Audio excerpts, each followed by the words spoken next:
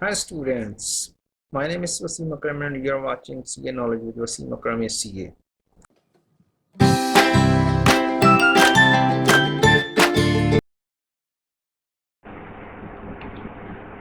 ये स्टैटिक के अंदर हमारे पास 10 स्टूडेंट्स आ रहे हैं। हर एक का टेस्ट 1, टेस्ट 2 और टेस्ट 3 का डाटा है। हर टेस्ट के टोटल मार्क्स गिवन किए हैं, सेपरेट हैं, अलग-अलग हैं। पहले टेस्ट के 25, दूसरे टेस्ट के 30 और तीसरे टेस्ट के 35 मार्क्स हैं।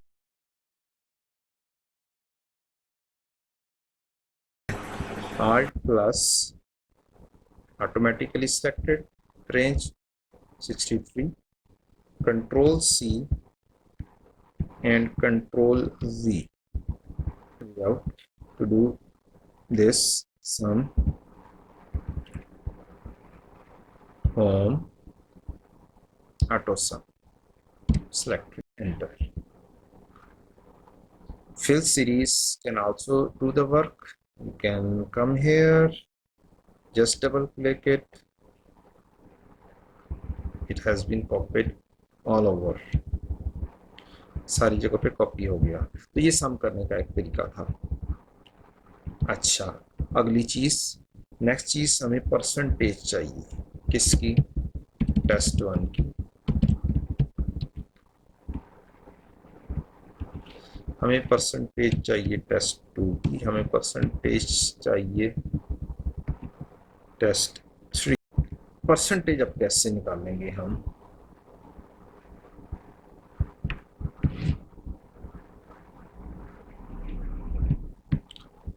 परसेंटेज का फार्मूला आपको पता है, जितने मार्क्स हासिल किए हैं और जितने टोटल मार्क्स हैं वो आपको चाहिए। अब हर एक के मार्क्स डिफरेंट हैं, कोई 100 मार्क्स हर एक के नहीं हैं, हर एक के डिफरेंट मार्क्स हैं हर टेस्ट के। तो अब आपको परसेंटेज कैसे लेनी है? आप क्या करेंगे? इक्वल टू का साइन लगाएंगे। प्लस के साइन से भी ये काम चल जाता है, प्लस का साइन से भी काम हो जाएगा। इक्वल टू का साइन लगाएंगे, ये सिलेक्ट करेंगे, divided by these total marks, enter. This percentage is in points. One way out is when you are writing it into 100,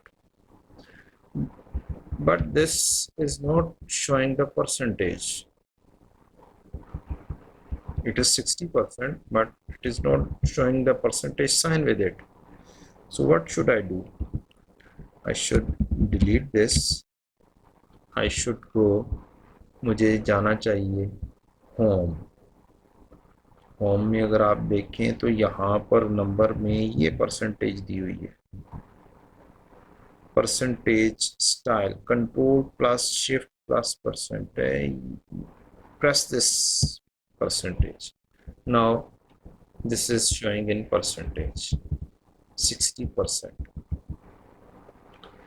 अब एक्सेल के अंदर क्या है कि अब मैं अगर इसको जिस तरीके से मैं पहले सम के अंदर फिक्स करता था, इसको ऐसे लाता था और ऐसे डबल क्लिक करता था, तो ये साइन दिए जा रहा है डिवाइड बाय ज़ीरो, नल।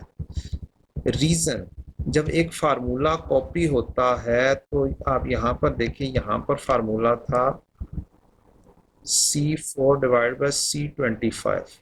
जब ये फार्मूला कॉपी हुआ यहाँ पर, तो यहाँ पर कैसे देखा जा सकता है? एक तो यहाँ पर मौजूद है, वो एक तो फार्मूला यहाँ पर ये लिखा हुआ मौजूद है। दूसरा तरीकाकार क्या है? इसको F2 कर लें।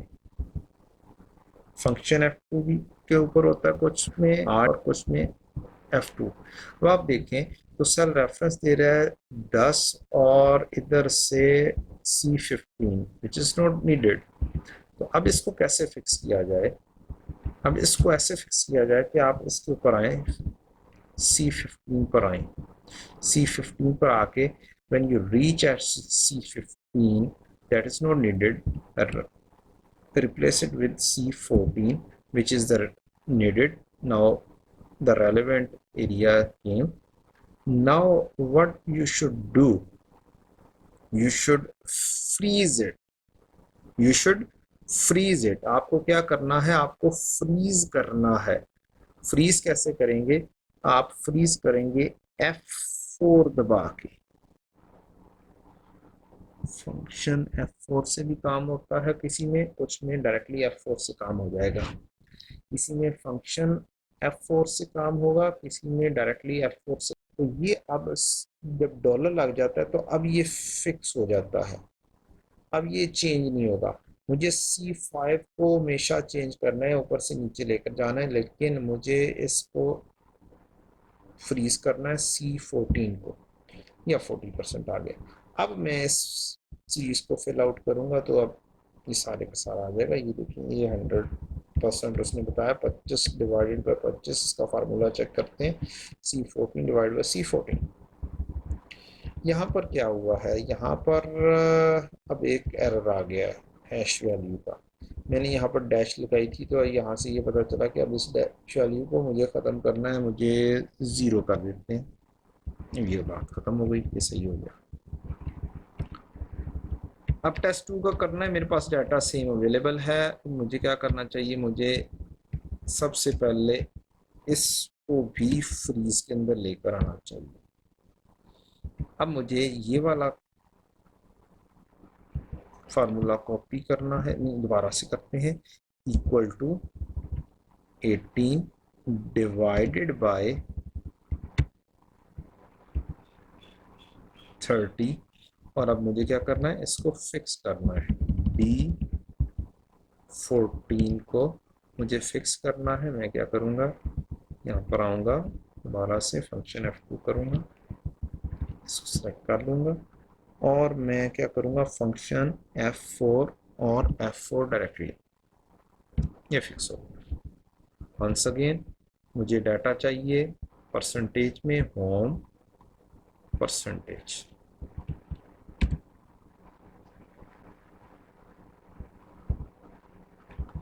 अब मैं क्या करूँगा, I will copy it and I will paste it. हमेशा टोटल मार्क्स वाले कॉलम का टोटल 100% आना चाहिए। अब मुझे ये देखना है, मुझे किस तरह से पता चलेगा कि मेरे 10 स्टूडेंट्स, मेरे 50 स्टूडेंट्स में से कितने स्टूडेंट्स ने टेस्ट दिया है। Test taken, how many persons have taken the test taken by students, कितने स्टूडेंट्स ने टेस्ट दिया है। तो एक तरीकाकार उसका है equal to count, count A क्या बताता है, count the number of cells in a range that are not empty. Count A ये चीज बताता है जो एम्प्टी नहीं है, मुझे यहां से लेकर यहां तक, सो 9 आर नॉट एम्प्टी। लेकिन ये 2 रिप्रेजेंट नहीं कर रहा, क्योंकि यहाँ पर मैंने एक का 0 मार्क्स लगा दिए हैं। हो सकता है ये एब्सेंट हो सकता है इसने मार्क्स ही 0 गेट किए हों। तो मुझे एक्चुअली देखना होगा, अगर तो इसने मार्क्स 0 गेट किए हैं या 1 मार्क्स गेट किया है, तो मुझे उस हिसाब से डील करना है। हमेशा अगर मैं ऐसे डाटा लिख रहा हूँगा तो मुझे देखना होगा किस किस स्टूडेंट ने टेस्ट दिया है, किस किस ने टेस्ट नहीं दिया। So 0 marks doesn't mean he hasn't taken the test, but actually he hasn't taken the test. So if I delete this, then this comes to it. But if I write 0 over here, if I write 0 over here, it seems that all the students have taken the test. How to fix that? Over here I have used count A. I should use count if formula. कैसे पता चलेगा कि कौन से students हैं जो test दे भी गए हैं चाहे कुछ मार्क्स ले रहे हैं। काउंट इफ, यहाँ पे मुझे रेंज सेलेक्ट करनी है, मैंने रेंज सेलेक्ट कर ली। इसको मुझे फिर मैंने लगाया कॉमा, कॉमे के बाद मुझे कह रहा है बताओ क्राइटेरिया तुम्हारा क्या है। क्राइटेरिया, क्राइटेरिया मैं बताऊंगा मुझे चाहिए ग्रेटर देन ज़ीरो, जिसने ज़ीरो मार्क्स से ज़्यादा लिए हैं वो क्राइटेरिया हो। मुझे अब साइन उसने बता दिया कि नहीं भाई ऐसे तो नहीं लिखना चाहिए, तो इसको लिखने का तरीकाकार है, इसको इन्वर्टेड कोमा में कर दें, इस टेक्स्ट को इन्वर्टेड कोमास में कर दें। तो अब ये फार्मूला बताएगा कि 8 पर्सन्स हैं जिन्होंने टेस्ट दिया है या मार्क्स 0 से ज़्यादा हासिल किए हैं, which is actually the case. अगर मैं यहाँ पर इस फार्मूले को टेस्ट 2 पर अप्लाई कर दूँ,